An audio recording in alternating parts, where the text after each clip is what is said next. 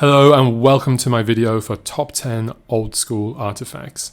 Now this is an X points video, which means our deck construction is limited to 10 points worth of cards from this picture.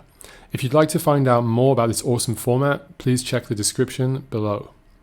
So I will be judging the cards on their point value, meaning while Mox may be better than Fellwar Stone, it does cost 2 points towards deck construction, which means that reduces the other good cards we can use. Whereas Fellwar Stone is 0, and it means we can use as many more good cards as we've got points for. So coming in at number 10, we have Triskelion. This card is an absolute house. It can either ping our opponents for lethal, or it can finish off a bunch of small creatures. If you combine it with red burn spells, it can take out pretty much anything. It's just a great card. At number 9, we have our first pointed card. At 3 points towards deck construction is Black Lotus. I think it's worth it because this card can do some crazy stuff, especially if you get it in your starting hand. At number 8, I have no idea how to pronounce that. Hopefully someone can help me in the comments below. But this card is great. It gives every deck access to direct damage, meaning white weenie or mono green can kill creatures or finish off opponents for those last few points. At number 7, Fellwar Stone. It's just the go-to ramp for the format. It's not the best ramp card, but it does cost 0 points for deck construction, so just an all-round favourite of mine. And number 6, we have the book, JMD Tome. This card just lets any colour draw cards for 4 mana.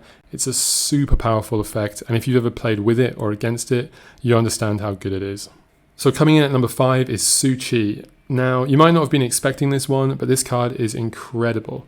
Not only does it let any deck play a 4/4, which is great for control decks, it's also colorless, and some decks can actually abuse that 4 mana. Number 4 is Disc. This card's just amazing. I don't really need to say that much about it. It can just blow up everything, restart the game. Just a great card. Number 3, we have Sol Ring. This costs 3 points towards deck construction, but I think it's usually almost always worth it in most decks. It can add 2 mana. It just ramps us so much. Just a great card. And number 2 is Mana Vault. Somehow this doesn't cost any points towards deck construction, probably because it has a drawback.